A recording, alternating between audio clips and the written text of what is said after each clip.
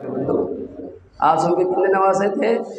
नवासे किन को कहते? बेटियों के औलाद को जो पैदा हुए, बेटियों से जो बेटा पैदा हो उसको नवासा कहते। तो आसम के कितने नवासे थे? 6। 2 नहीं थे, 6।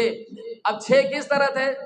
हजरत ज़ैनब जो अभी मैंने कहा आसम की सबसे बड़ी बेटी थी, उनका निकाह हजरत अबुल आस रज़ी अल्लाह ताला अन्हु के साथ हुआ। तो एक बेटा पैदा हुआ जिसका नाम अली रखा, दूसरा बेटा पैदा हुआ। ये फ़ज़ाइल अमाल में शुरू में आप ये वाक़या जो सहाबा के लिखे आप खोल के देखें, जब हज़रत ज़ैनब रज़ी अल्लाह ताला अन्हा मक्का मुकर्रमा से हिजरत करके जाने लगी तो कुफ़ार मक्का मुशरिकीन मक्का ने उनको मारा था, वहाँ पर ऊँट से गिराया था। उस वक़्त हामिला थी, बाद में उसी हालत में मदीने में जाकर उनका इंतकाल हुआ। उस वक़्त हामिला थी, एक बच्चा पेट में था, वो उसी में फौत हो गया, तो उसका नाम रखे बगैर फौत हुआ। पहले बेटे का नाम अली रखा, ये आप समझे क्या हुआ? सबसे बड़ा नवासा। और दूसरा बेटा हज़रत ज़ैनब का नाम रखे बगैर फौत हुआ, ठीक है नहीं, इसका ये आप समझ का नवासा हुआ। और यही हज़रत ज़ैनब के बतन से एक बेटी पैदा हुई, वो नवासियों पे मैं बता दूं, फिर नवासे पूरे करूं। एक बेटा पैदा हुआ अली, और दूसरा बेटा पैदा हुआ था, नाम रखने से पहले फौत हुआ।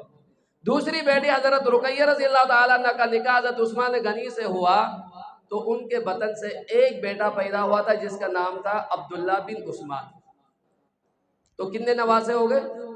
3। 2 हज़रत ज़ैनब के बतन से पैदा हुए और एक हज़रत रुकैया रज़ी अल्लाह ताला अन्हा के बतन से 3। और हज़रत उम्मे कलसूम का निकाह हज़रत रुकैया के इंतकाल के बाद हज़रत उस्मान गनी रज़ी अल्लाह ताला अन्हु से हुआ, तो कोई औलाद, न बेटा न बेटी, कोई भी पैदा नहीं हुआ, दुनिया से रुखसत हो गई। चौथी बेटी हज़रत फातिमा रज़ी अल्लाह ताला अन्हा का निकाह जब हज़रत अली रज़ी अल्लाह ताला अन्हु के साथ हुआ, तो 3 बेटे पैदा हुए, हज़रत हसन, हज़रत हुसैन, हज़रत मोहसिन। 3 ये नवासे हो गए, और एक हज़रत उस्मान गनी रज़ी अल्लाह ताला अन्हु का बेटा हज़रत रुकैया से पैदा हुआ, हज़रत अब्दुल्ला। 4। और 2 नवासे हज़रत ज़ैनब के बतन से जो पैदा हुए, एक का नाम अली रखा था, एक का नाम रखने से पहले हुआ फौत हुआ। तो कितने नवासे हुए? 6। आप सबकी कितनी बीवियां? 11। और बेटियां कितनी? 4। बेटे कितने? 4 या 3। और नवासे कितने? 6। अब आ जाओ नवासियों पर। आप सबकी